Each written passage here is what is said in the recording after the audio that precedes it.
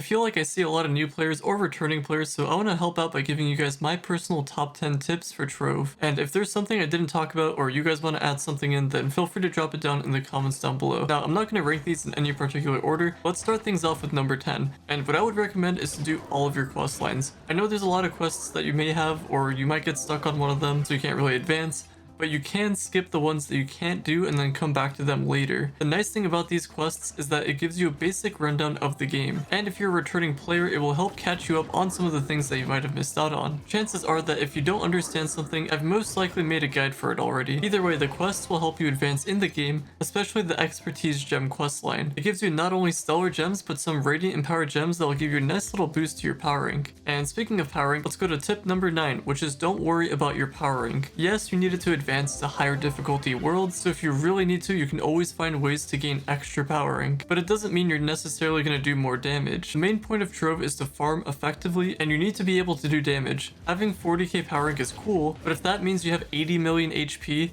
then you're gonna have a difficult time farming. So forget about power rank unless you really need it to advance to the next highest difficulty world. Focus on your magic damage or physical damage, and also focus on your light. Obviously there's the critical hit and the critical damage stats as well, but that's all for the gem stuff. I have gem guides that will help you out with that if you're ever stuck. Now moving on to number 8. Take advantage of all of your dailies and your weeklies. There's a lot to keep track of sometimes, but Trove offers a lot of dailies like your star bar. Some NPCs have things you can pick up, adventure quests, which by the way is really good for XP. You can take the quests, complete them in the highest difficulty world that you can go to. Then for your weeklies, you have to go through delves, you get your lunar souls, titan souls, and despoiled divinities. And if you're not sure how to do that, I do have a guide that goes over your weeklies. Going on to number 7, if you ever get stuck and don't know how to advance in Trove, please reach out for help. I'll leave a link to the Lazaria Club Discord server. You can feel free to ask anything in there or ping me for any questions. I do live stream almost every day, so you can feel free to ask me anything on there as well. And if you do want to join the club, then let me know and maybe we can find the right time where we can both meet up online so I can get you guys invited to the club. Also, while we're on this topic, please don't beg for free stuff. 99% of the time you're just gonna get clowned on or kicked from clubs if you do that. No one likes beggars unless you're talking about the Cruella song. If I give free stuff to somebody, it's usually to the person that least expects it. And one more thing I want to mention before moving on is that this game has so much to grind for.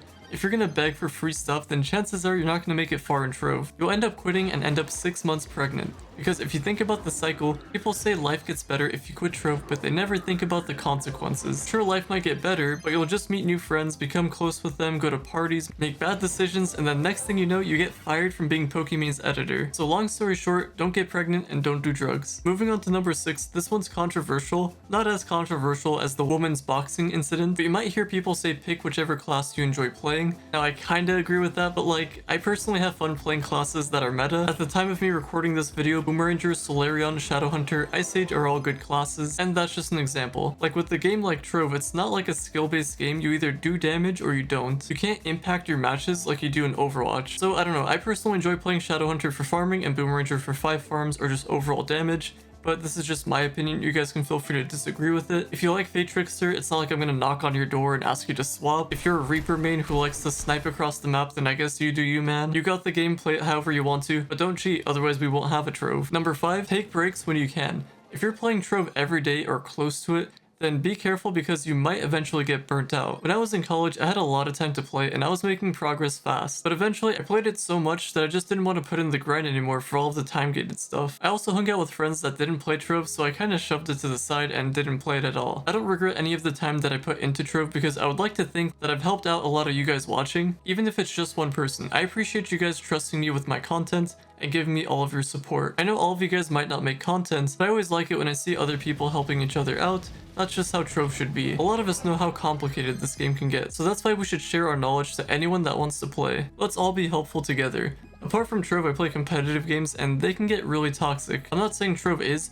but let's keep it as friendly as we can to help people that actually need it. Last thing I want to mention about this topic that I wanted to mention early on is to take breaks. Not like a year-long break or anything, but sometimes just take a step back from farming. Trove isn't going anywhere, and at least I hope it doesn't go anywhere, so feel free to relax for a few minutes, give your eyes a little break, stretch your hands, tell your family you love them, take your dog on a walk, get some exercise, and remember one thing, Pika beat Annie during that hand-to-hand combat training. Number 4, I'm gonna go over some common abbreviations that you guys might see in-game so you guys don't get confused. If there's one that you think I missed, then feel free to mention it in the comments down below. I'm just going to put up these on the screen right here so you can see these abbreviations. These are going to be the common ones that you might see in game. Moving on to number 3, you can join up to 5 clubs as long as you make one of them your primary club. And let me know if you guys want to join Lazaria. We got fast crafting, we got max buffs, and we got all the benches. But back to what I was saying, if you want to focus on gardening or want extra storage, you can craft a personal club, and then you can also craft a vault club to handle all of that. But also, if you really want to, you can store all of that on an alt account and then join up to 5 active clubs on your main if you want to meet more friends